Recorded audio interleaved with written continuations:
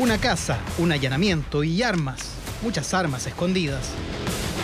Había munición, un fusil, 6 granadas de mano.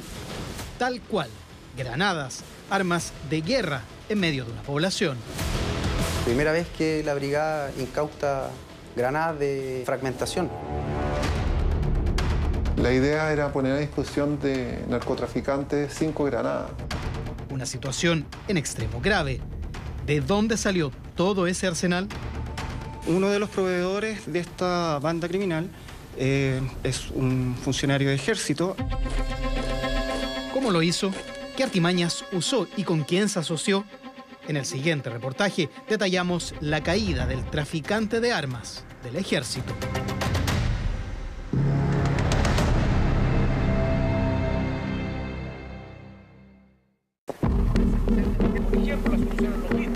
Es noviembre de 2018. Por ese entonces, la prensa se hace eco de una revelación exclusiva del medio The Clinic. Era el mismo comandante en jefe del ejército, por entonces el general Ricardo Martínez, quien alertaba respecto a una situación alarmante. Oficiales y suboficiales que compran armas, las armas perdidas y después la venden a grupos de narcos, de delincuentes. La reunión era entre oficiales. Fue a puertas cerradas en la escuela militar, pero el audio se filtró igual, generando la molestia del gobierno. Esta situación no fue informada en su momento al ministro de Defensa, ya que quedó radicada en los tribunales competentes. Una vez que se junten, continuamos con los cabos, pues Por ese entonces, la Fiscalía y la PDI ya tenían en la mira a un presunto traficante de armas de guerra.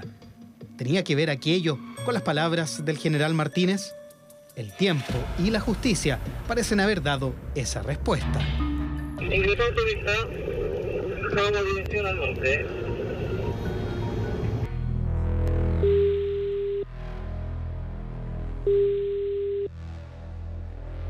¿Aló?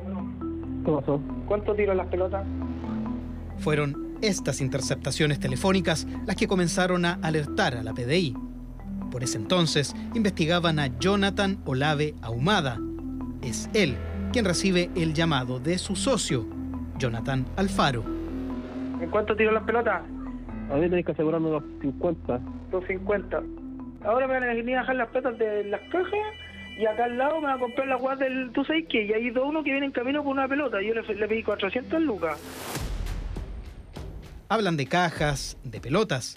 ¿Qué podría significar eso? ¿Droga? Podía ser, pero esta vez no parecía tener sentido para la PDI.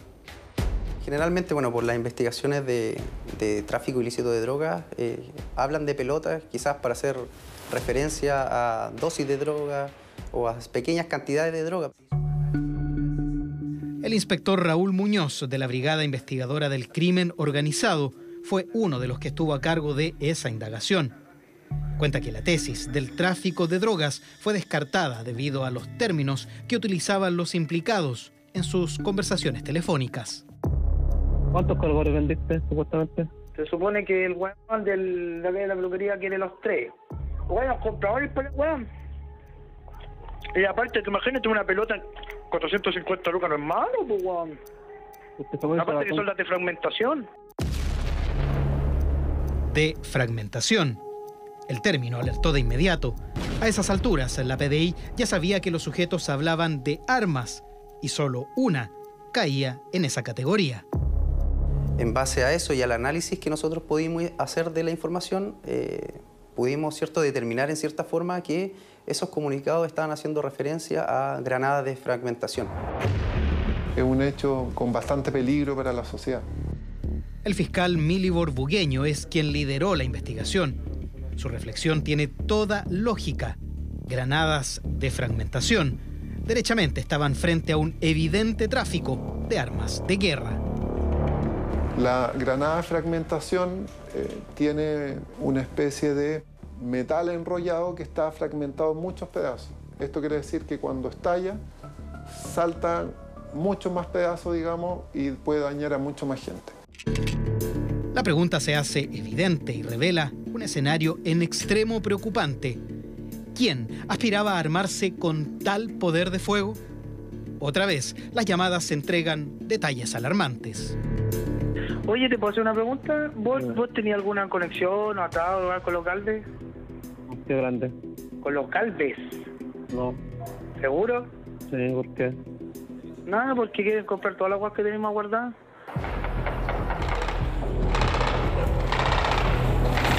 ¡Ay, Dios mío! El nombre resultaba conocido.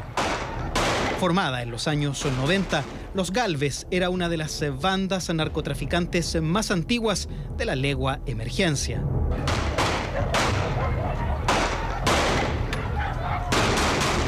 En 2018 pretendía resurgir y para ello querían incluso armarse con estas granadas. El viernes se van a venir a buscar las pelotas entre el jueves y el viernes.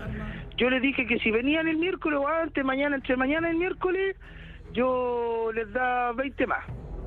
La idea era poner a disposición de narcotraficantes 5 granadas. Eran 6 en total, pero el listado eran 5 granadas que estaban próximas, digamos, a ser entregadas. Estaba la lista hecha.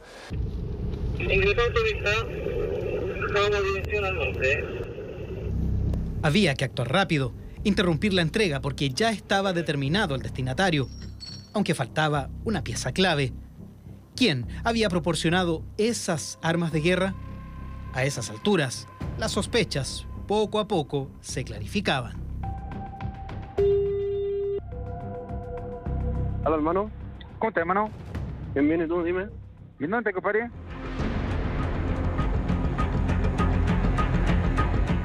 En la interceptación aparece un nuevo personaje. Quien habla con Jonathan Olave es Víctor Roa Alburquenque, quien terminó convirtiéndose en la pieza clave de este engranaje de tráfico de armamento. ¿Y si me esperas ahí? No te voy a aguantar unos 5 o 7 minutos para dejarte unas copas. Puta, ya, vente nomás. Y traje una... Pura, tengo para vender unas pelotas, como... Ya, pues.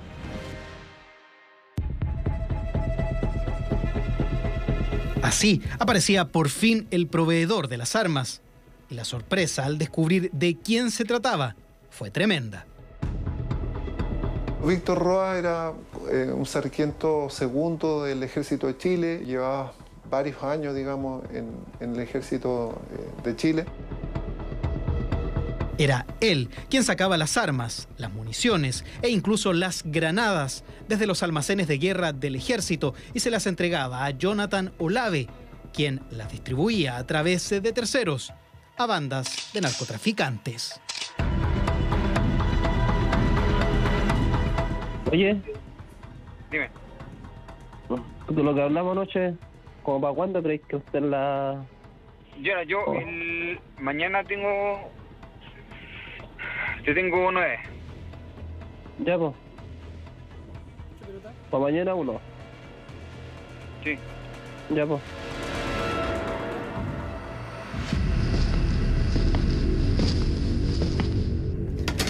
En este caso, él era quien llevaba el suministro de munición y entregaba munición a distintos regimientos. Era esa labor al interior del ejército la que le daba a Víctor Roa Alburquenque acceso a las armas. Aprovechaba esa facultad que él tenía para ir a buscar munición y posteriormente no entregarla en el lugar que correspondía, sino que sacarla y desviarla, ¿cierto?, a bandas delictuales. ¿Actuaba solo? Aparentemente sí. Como lo conocían, nadie sospechaba. La adquiría de manera solitaria. No habían más funcionarios involucrados, sino que él se aprovechaba de la confianza que había por él ser un funcionario antiguo.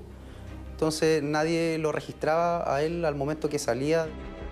Su labor era más de ser un intermediario cada vez que se hacía una entrega de municiones para las distintas escuelas.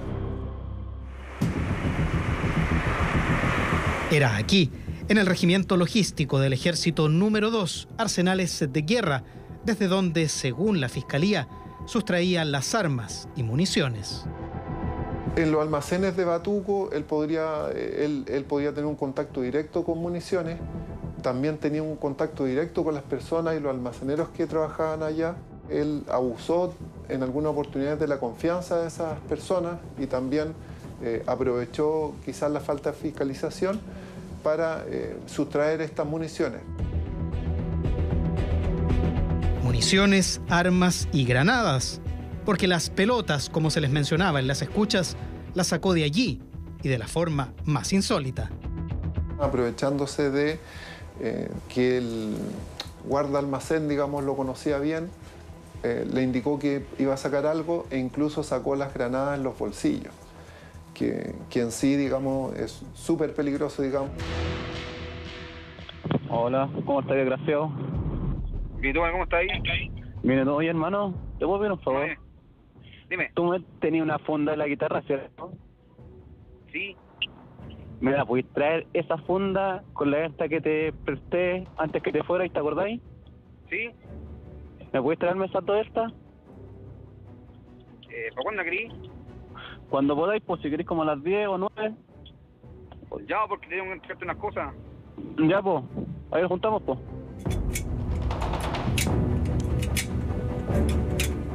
Era el momento. Víctor Roa se iba a reunir nuevamente con Jonathan Olave. La funda de la guitarra que este último le pedía era en realidad un fusil que Roa le iba a entregar. En esa ocasión fue de un fusil de guerra de 2.000 cartuchos calibre .38 y además de una cierta cantidad de munición del 7,62, que es munición para fusil de guerra. Una vez que se junten, continuamos para los cabos, ¿puede ser? Con el lugar del encuentro claro, la PDI decidió actuar. Al mismo tiempo en que el entonces sargento Víctor Roa y su socio Jonathan Olave eran detenidos, los detectives allanaron su casa en la población Santa Adriana de Lo Espejo. Al interior encontraron varias de las armas y municiones mencionadas en las escuchas. Junto a todo ese arsenal también estaban las temidas granadas de fragmentación. Un logro para nuestra unidad, primera vez que la brigada incauta granadas de fragmentación. Y obviamente al momento que se incautan se tomaron los resguardos necesarios para manipular y poder levantar esta evidencia que era obviamente de importancia y necesaria para acreditar el delito que estaban cometiendo estos sujetos. Evidencia clave para llevar ante la justicia al ex sargento Víctor Roa y a Jonathan Olave, quienes en junio fueron condenados a 12 y 13 años de cárcel respectivamente por los delitos de tráfico de armas y municiones. Pero faltaba un tercero, quien trabajaba con Olave y a quien también se le oye en las intervenciones telefónicas, Jonathan Alfaro. Cuando sucede esto, la detención de estas personas, al cabo de 3 semanas o un mes, a Jonathan Alfaro lo ejecutan al interior de la población Santa Adriana.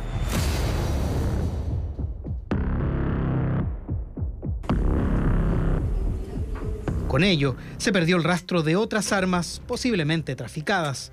El caso hizo que el ejército, según se nos informó desde esa institución, adoptara nuevos procedimientos y tecnologías para optimizar los controles y supervisión de almacenamiento y traslado de armamento. Controles que deberían ser en extremo estrictos, porque si hay algo que demostró la situación del ex sargento Víctor Roa, es la gravedad de que el armamento del ejército termine en manos del narcotráfico.